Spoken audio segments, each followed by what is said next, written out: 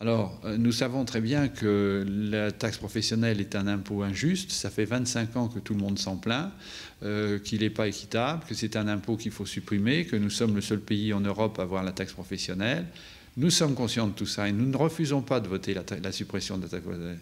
Nous refusons tout simplement de ne pas avoir de lisibilité sur le mode de financement qui remplacera la taxe professionnelle pour demain. L'État a des possibilités. Il suffit tout simplement que l'État nous transfère des financements sur des choses bien précises en disant voilà, ça c'est attribué pour remplacer la taxe professionnelle.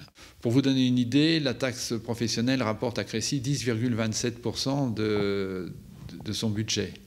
Bon, imaginez qu'on vous supprime, c'est comme un ménage, hein, ou vous personnellement, si on vous supprime 10% de votre salaire à la fin du mois, il y a des tas de choses que vous n'allez plus pouvoir faire. Bon, voilà, nous c'est pareil.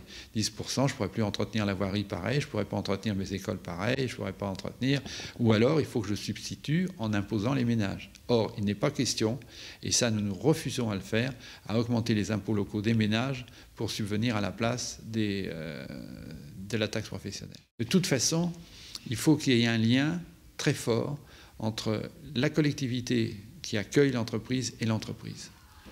Il faut un lien très fort entre les deux. Pourquoi? Parce que l'entreprise amène sa richesse, l'entreprise amène l'emploi, mais les mairies font autour de l'entreprise, font des routes, font des ronds-points, font des accès, font, si vous voulez, tout un équipement. Et après, si jamais on n'avait plus de taxes professionnelles dans nos communes, la pire des choses qui est inenvisageable, et c'est une erreur de dire que ça sera substitué par d'autres impôts. Mais si on n'avait plus ça, quel serait l'intérêt d'un maire de recevoir sur sa commune une zone artisanale ou une zone d'activité? Moi, j'ai une zone d'activité à Crécy qui emploie à peu près 250 personnes, 250 à 300 salariés qui sont sur la zone, avec des toutes petites entreprises et toutes des TPE et puis d'autres un peu plus importantes. Si demain, ces gens-là, pour pouvoir travailler, ils sont approvisionnés par des poids lourds, ils sont approvisionnés par des semis, des remorques, ils sont approvisionnés pour leur travail, pour pouvoir.